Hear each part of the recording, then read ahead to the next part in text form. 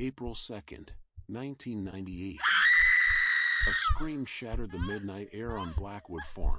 When it happened, silence fell so abruptly that even the night creatures paused.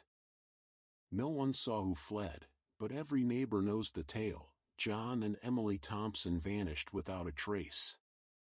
Their farmhouse, once alive with laughter and candlelit warmth, now stands abandoned, its windows boarded, its halls echoing only with distant whispers. John, a former city teacher with gentle eyes and a patient manner, and Emily, a gifted baker whose pies won county fairs, sought solace in rural Iowa. Each morning, John tended the barn, mending splintered beams that groaned under decades of weather, while Emily harvested apples in the orchard, humming as she filled jars with her famed preserves. By sunset, the couple hosted candlelit suppers for neighbors, roast chicken, fresh bread, Emily's honeyed apple butter. Their smiles were genuine, their dreams simple.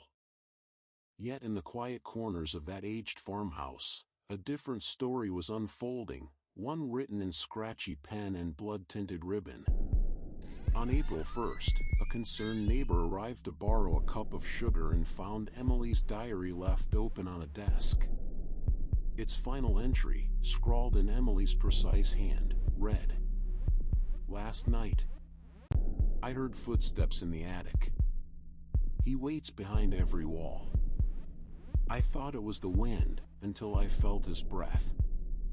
Beneath the ink-smeared words lay a single blood-stained ribbon, part of Emily's favorite embroidered apron, tangled among splinters of broken glass. The back door was swung wide, its lock torn from the frame, hinges twisted like the fingers of a desperate hand. The kitchen floor was smeared with muddy footprints, one set heavy and booted, the other bare and small, as if someone had crept in slippers or soft-soled shoes. The neighbor, shaken, bolted for help. Forensic teams soon converged on the property, flashing torches through gaping windows. A heavy boot print pressed into the soft earth led toward the old well in the overgrown orchard. Barefoot impressions, slender and oddly unsteady, retreated into the barn's shadowy loft.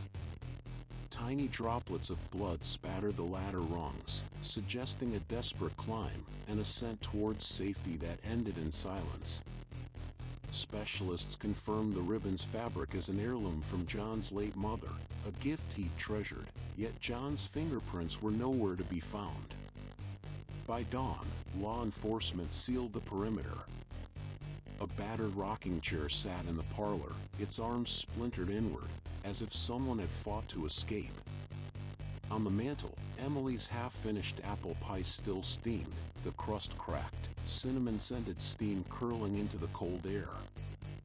No plates, no forks, no sign of a final meal, only evidence that dinner had been interrupted by violence. Harold Green, the Thompsons' kindly next-door neighbor, was the first to volunteer assistance. He claimed he arrived at first light to help search the barns and sheds. His face was lined with concern, his voice steady as he described calling out Emily's name into the chill mist. But hidden behind Green's calm facade lay an obsession. Investigators uncovered dozens of unmailed letters to Emily in a locked drawer of Green's desk, each page detailing his twisted devotion, written in looping cursive that spoke of unreciprocated love. In his garage, they discovered a wall collage, Polaroids of Emily asleep, snapshots of John repairing the roof, images pinned like moths to a shrine of desire. Detectives dusted the well's bucket handle and discovered a third set of fingerprints. All matched Green. They also found his boot prints leading away from the scene, circling the orchard as if he were hunting or herding unseen prey. When pressed, Green insisted he had merely been helping, but his voice cracked the moment Emily's diary was mentioned. The preliminary hearing cracked open the mystery. Prosecutors presented the diary entry and the blood-stained ribbon, framing John, who had vanished, like Emily, as the prime suspect. Surveillance photos leak from a local bar. John, bloody and dazed, staggering into town at midnight. His alibi shattered, but fingerprint analysis on the Wells bucket reveals a third set of prints, belonging to Harold Green, Emily's kindly neighbor who helped with barn repairs. Green's calm facade crumbles under questioning. He'd been obsessed with Emily for years. Expert analysts testified to the third set of prints on the Wells bucket, to the fabric's microscopic fibers that only Green could explain. Under withering cross-examination, Green's stoic mask shattered. He confessed, voice trembling, to luring the Thompsons into the cold dark of the barn, driven by a love he worshipped and twisted into murderous obsession. He claimed he had meant to scare Emily, to force her to see how deeply he cared, but that passion burned too fiercely, and death followed. Green was convicted of first-degree murder.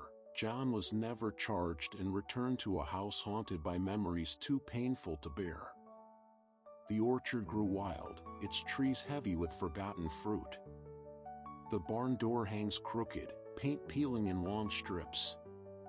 The kitchen clock stopped at 11:47 p.m., the moment the horror began. Today, Blackwood Farm stands as a mausoleum of secrets. Wind sweeps through broken shutters, rattling boards like warning bells. Crows perch on the rotting porch, their croaks echoing across silent fields. Locals swear, on moonless nights, they hear Emily's final whisper carried on the breeze, "He's still here." What lurks in those shadows remains a question no one dares answer.